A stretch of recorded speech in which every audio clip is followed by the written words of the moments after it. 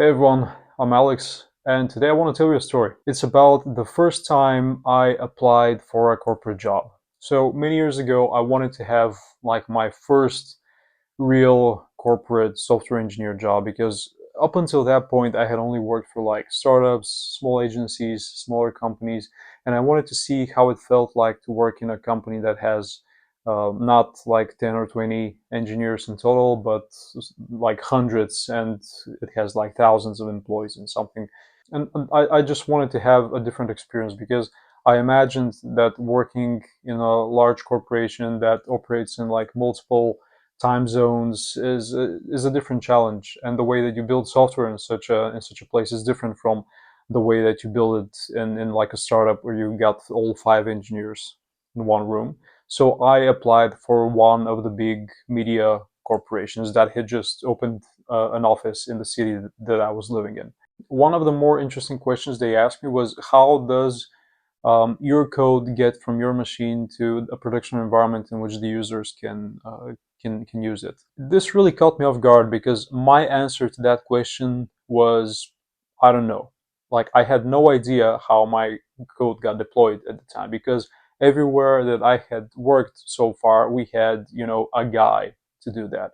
There was either the most senior engineer, or a person who was doing more of the operational stuff and pipelines, and that was the person who was responsible for deploying everyone else's code. So when they asked me how I get my code to production, I realized that I had like a huge gap in my knowledge, because I didn't know how actually like the thing that I worked on my machine got to the users.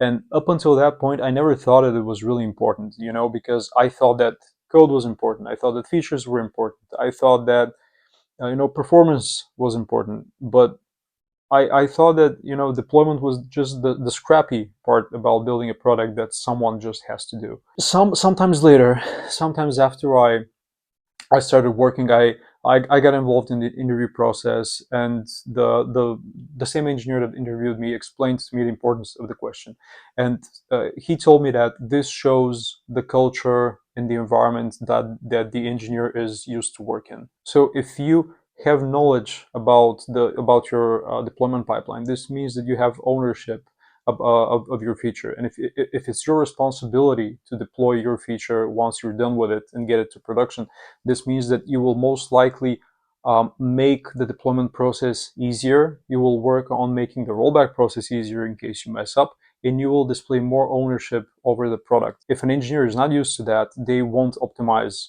for this process. The problem with a difficult deployment process is that it's not just bottlenecking one person. When you have a difficult deployment process, people start fearing releases, so they start postponing them. They don't want to do them. They want to do like big bang releases once a month, and this in turn introduces the chance of you getting more errors, because when you need to deploy multiple features at the same time, this increases the chance of one of them breaking or them not getting integrated well with one another, and then you have to roll back. But if your deployment process is not good, your rollback process won't be good either. And when I understood this, I started seeing this behavior in the engineers that we hired. So when we hired someone who had ownership of their code, they made sure that what they did worked, that it was tested, that it had a good pipeline, that they could deploy it easily. And I saw that engineers who are just used to, close tickets and then get someone else to do it, they didn't display that same level of ownership. And at the time, like for the company that I was working in, for this media corporation, it was important for people to own their code. It was important for you to, like, if you build something, you need to be able to run it in production. You need to be able to take care of it. You need to be able to revert it if it breaks, because you're given the autonomy, you're given the freedom about how you do your deployments, about how you build your features, and how you architect your services. But then you also need to display ownership over not just the code that you write and that you commit to Git, but how this code behaves in production. These are the values that this company insisted on, but it was a culture in which engineers were given a lot of freedom. And I realized that asking companies about how they deploy software is a very good signal for their engineering culture. Because some companies give a lot of freedom to their engineers, and this freedom comes with the cost of more responsibility. Engineers are trusted to make decisions. They can pick the technologies that they use. They can pick, the tech stack. They can pick how they build their pipeline, but then they have to display ownership over this pipeline. And there are companies which are more top down. You don't have the same freedom there.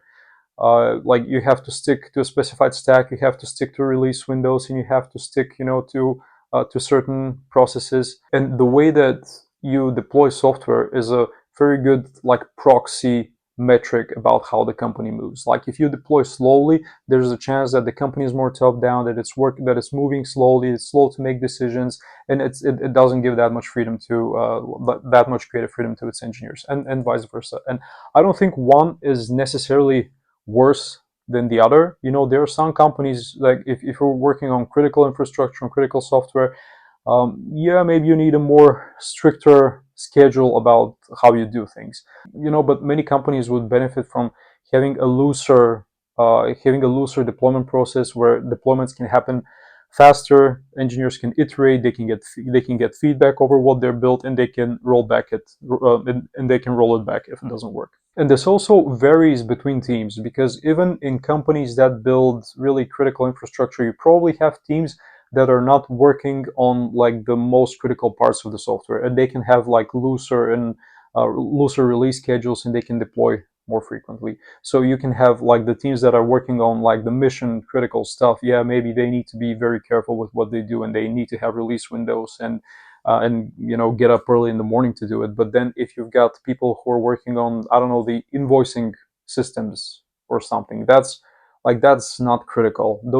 These teams will learn a lot, and they will benefit a lot if they're able to get software into production quickly, and they will reduce the chance of having production issues if they release quicker. But deploying code really shouldn't be scary. It should just be part of the job.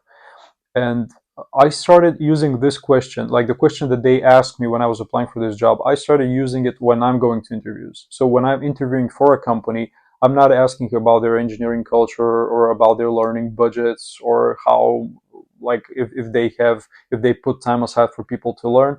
I ask about how they do deployments. If they tell me that teams can deploy multiple times a day, if they want to, if they tell me that teams are free to deploy every day, that they use feature flags, this is the kind of environment that I want to work in. And if they tell me that releases are scheduled and releases are like this big thing that is done once a quarter, then this shows me that it's probably the kind of environment that I really wouldn't thrive in. Again, this doesn't mean that there's something wrong with the company or the organization. Some companies that's just how they work. They make it where I've worked for companies like this earlier in my career.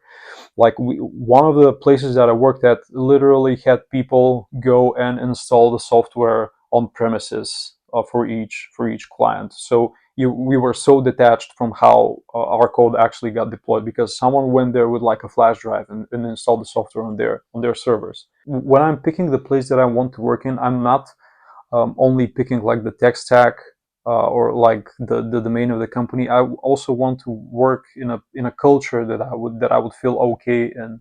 And I think that this question is a really good signal and would help you understand a lot about how the company operates before you start there. So yeah, I think this is going to be all for today. A little bit shorter, but it was just something that I've been thinking about recently. I wanted to get it off my mind, and it's probably, I hope that it's something that you find useful. Yeah.